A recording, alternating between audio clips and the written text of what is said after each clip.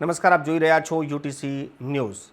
દિલ્હીનું શરાબકાંડ ખૂબ જ ચર્ચામાં છે। દિલ્હીના મુખ્ય પ્રધાન અરવિંદ કેજરીવાલ પણ આ જ મામલે ઈડીએ ધરપકડ કરી હતી અને હાલ તેઓ જેલમાં છે। કેજરીવાલે આજે આ મામલે સુપ્રીમ કોર્ટમાં પોતાનો જવાબ રજૂ કર્યો છે। પહેલાં ઈડીએ જવાબ રજૂ કર્યો છે અને ત્યારબાદ કેજરીવાલે ઈડીના વળતા જવાબમાં પોતાનો જવાબ રજૂ કર્યો છે।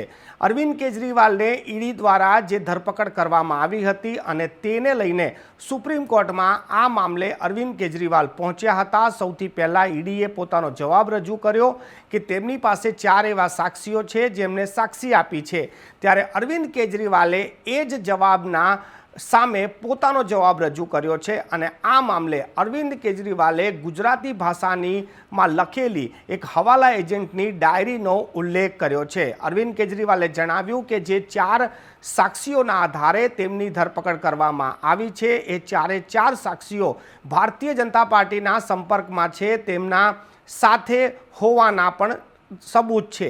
અરવિંદ કેજરીવાલે જણાવ્યું કે આ સંપૂર્ણ કેસ એક ગુજરાતના હવાલા કાંડના વ્યક્તિ જે ગુજરાતી ભાષામાં એક ડાયરીમાં લખ્યું હતું તેને લઈને ભારતીય જનતા પાર્ટીએ આખું જ ષડયંત્ર ઊભું કર્યું હતું અને સબૂત ભેગા કર્યા છે। અરવિંદ કેજરીવાલે ગુજરાતના એક હવાલા એજન્ટની ગુજરાતીમાં લખેલી ડાયરીનો ઉલ્લેખ સર્વોચ્ચ અદાલતમાં કરતા આ સંપૂર્ણ મામલે હવે ગુજરાત કનેક્શન પણ જોડાઈ ગયું છે। કોણ છે હવાલા એજન્ટ અને કોની હતી આ ડાયરી, કોને ડાયરીમાં શું લખ્યું હતું એની પણ ચર્ચા આજે રાજ્યભરમાં થઈ રહી છે। અરવિંદ કેજરીવાલના જવાબ આપ્યા બાદ હવે સર્વોચ્ચ અદાલત બંનેના જવાબોને વાંચશે અને ત્યારબાદ આગામી સુનાવણીમાં આની પર શું એક્શન લેશે તે તો જોવાનું રહ્યું।